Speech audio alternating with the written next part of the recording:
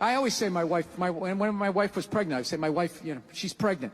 And then I always have these people like, excuse me, you're supposed to say we're pregnant? You're supposed to say we're pregnant? It's like, well, I'm not a seahorse. So, I'm not fucking pregnant. My wife is pregnant. Look at her. She's putting on weight. Her feet are swelling up. You know, she's miserable. Fucking miserable. I'm still doing pull-ups. I'm crushing it. While being pregnant, I'm still drinking, smoking. Yeah.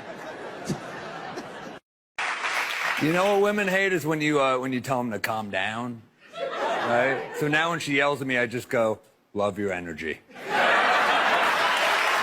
Love what you're doing. Trump's an interesting guy, man, you know, because some people just vote for him because they like him. Other people, like, worship that guy, you know. They worship him like he's a god. And I don't think Trump is Christ-like, but I think it'd be really funny if Christ was Trump-like. I could feed a lot of people with this fish. It's a big fish. It's a beautiful fish. It's a bronzino. There's the fish I've brought. It's a very delicate fish.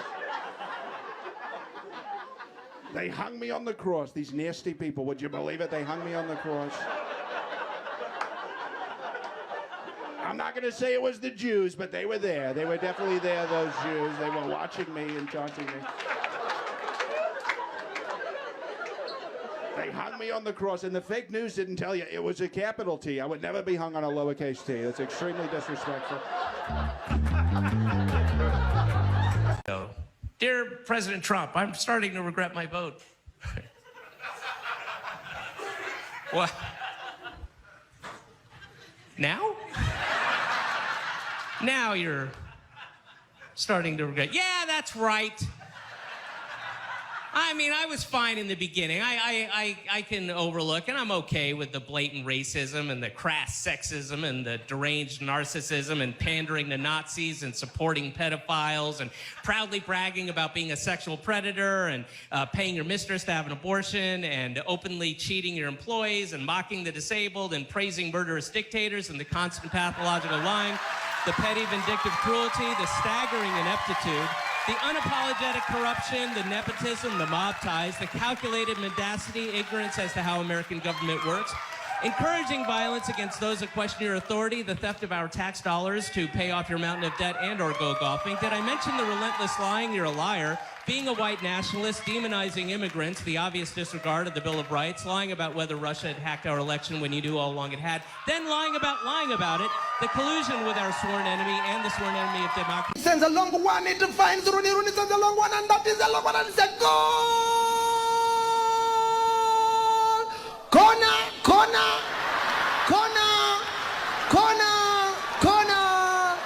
I have a problem with football commentators.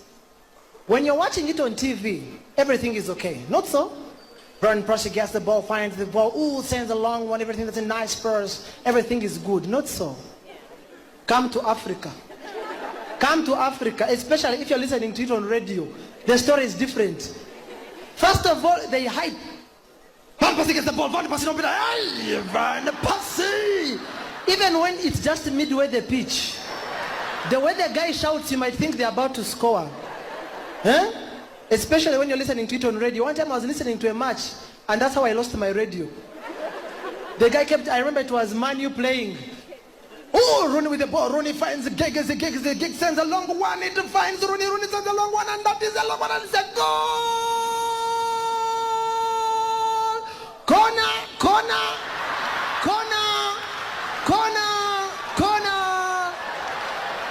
What is the ref saying?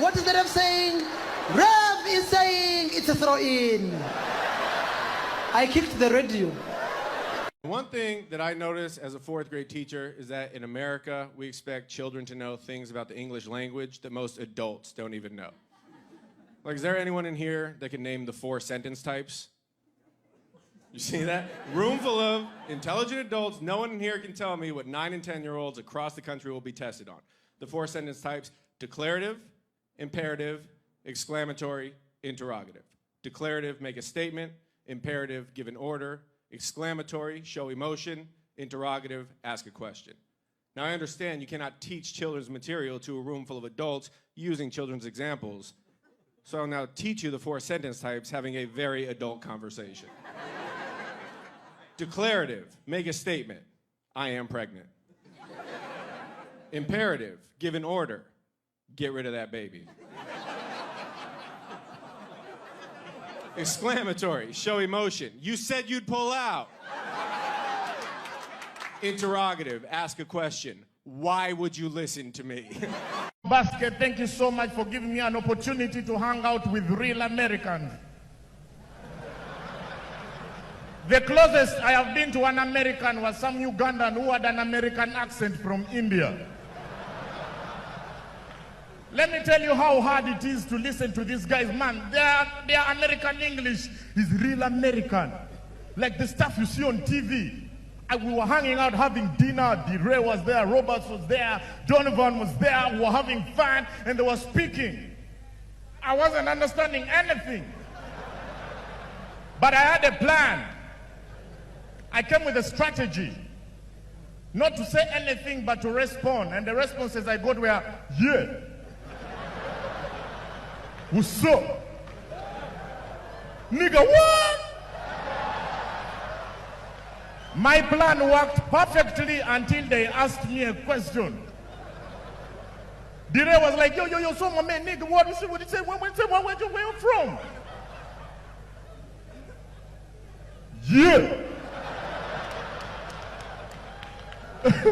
So I am not going to talk about Americans. This is my second time in Lagos, the first time legally.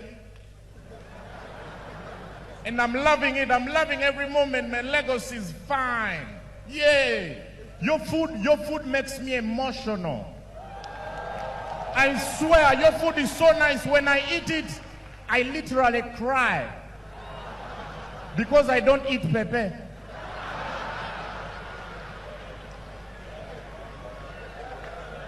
But I'm going to talk about where I come from. I come from East Africa. I come from Uganda, from a village called Ombokolo.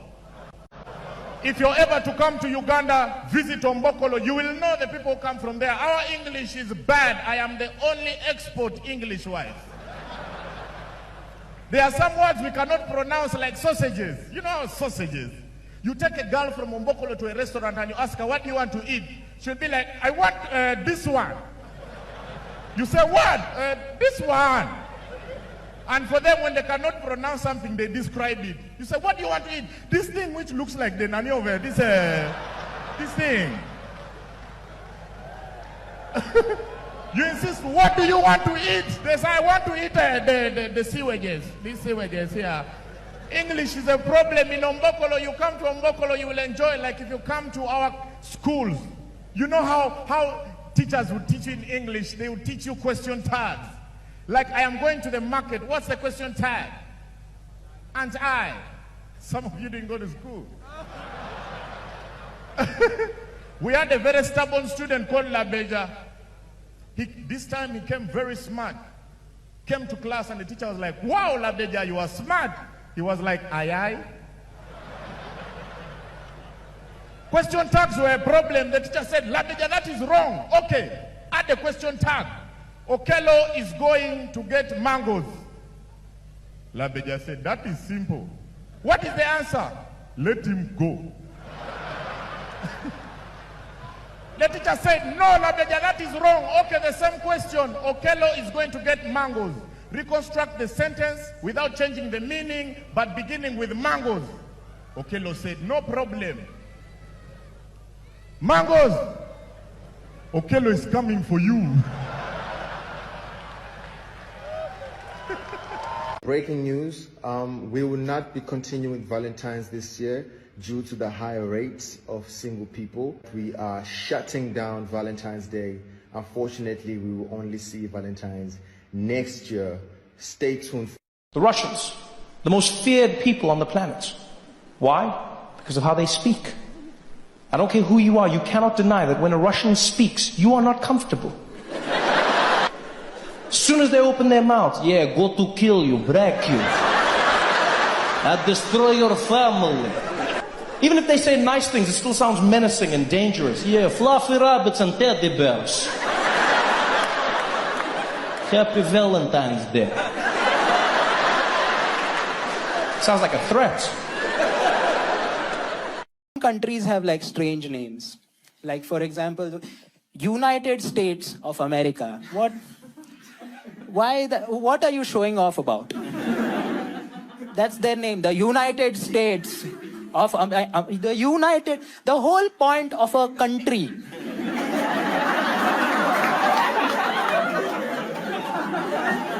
is that the states are united.